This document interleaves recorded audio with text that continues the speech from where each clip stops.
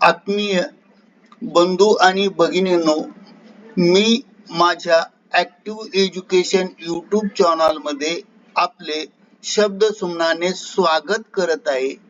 आपणासाठी आताच्या घडीची सर्वात मोठी ब्रेकिंग न्यूज स्पष्ट करणार आहे.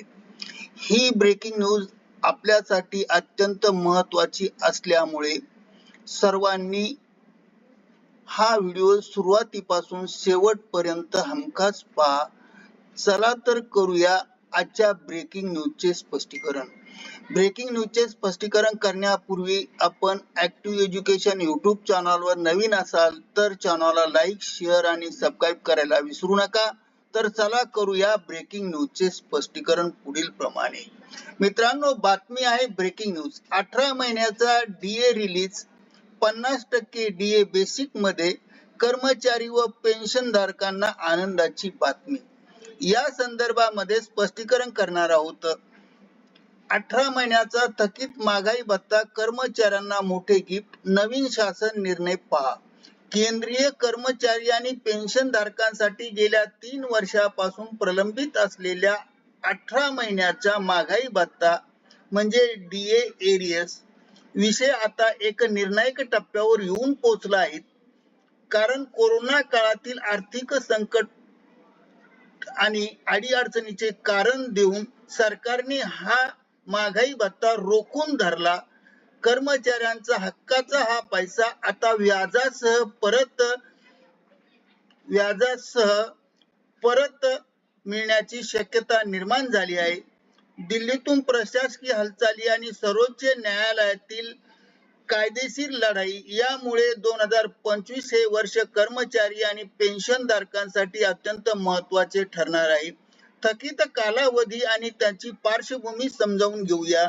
1 जानेवारी 2020 ते 30 जून 2021 या दरम्यानच्या कालावधीतील 18 महिन्याच्या कालावधीत केंद्र सरकारने महागाई भत्ता DA आणि महागाई सवलत DR पूर्णपणे गोठवण्याचा निर्णय घेतला होता आणि निर्णय आहेत. सामान्यतः 7व्या वेतन आयोगाच्या शिफारशीनुसार दरवर्षी जानेवारी आणि जुलै महिन्यात महागाई भत्त्याच्या संबंधातील आकडेवारीनुसार दरवर्षी जानेवारी आणि जुलै या 2 वेळेस कर्मचाऱ्यांना महागाई भत्ता देण्यात येतो. या महागाई भत्त्याच्या आकडेवारीनुसार हा भत्ता वाढला जातो. मात्र कोरोना काळ असा एक काळ होता की हा कोरोना महामारीचा कालखंड उद्भवल्यामुळे आर्थिक संकट देशावर आले. सरकारने हा निधी आरोग्य सुविधा आणि देशहिताच्या कल्याणासाठी वापरण्याचा निर्णय त्यावेळी घेतला होता. या 1.5 वर्षाच्या कालावधीत कर्मचाऱ्यांना वाढत्या महागाईत जुन्याच दराने वेतन आणि पेन्शन स्वीकारले होते. 11% तांत्रिक फरक आणि गणिताची गुंतागुंत. या 18 महिन्याच्या कालावधीत कर्मचाऱ्यांचा भत्ता गोठवण्यात आला असला तरीही महागाईची आकडेवारी मित्रांनो सतत वाढत होती, पण महागाई भत्ता देण्यात आला नाही.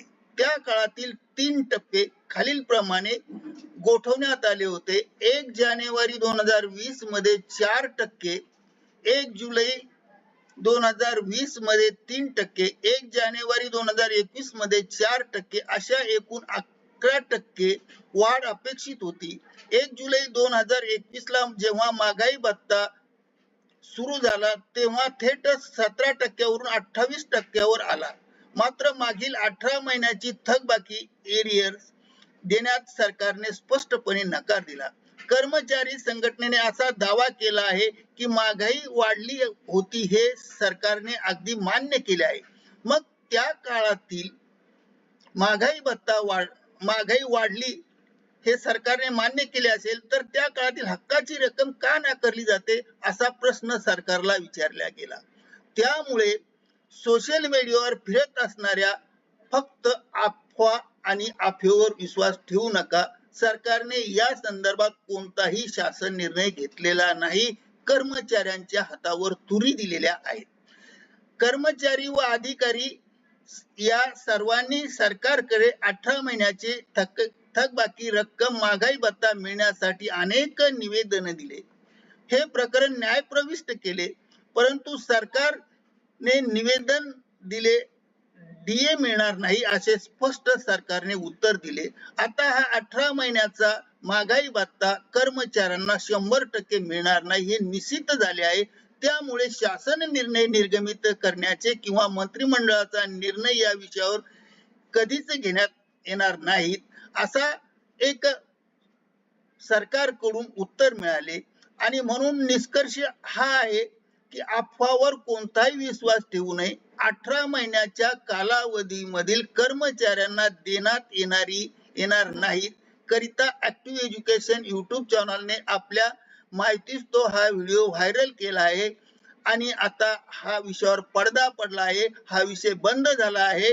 म्हणून आपण ऍक्टिव्ह एज्युकेशन युट्यूब चॅनलने हा व्हिडिओ आपल्या माहितीस तो व्हायरल केला आहे.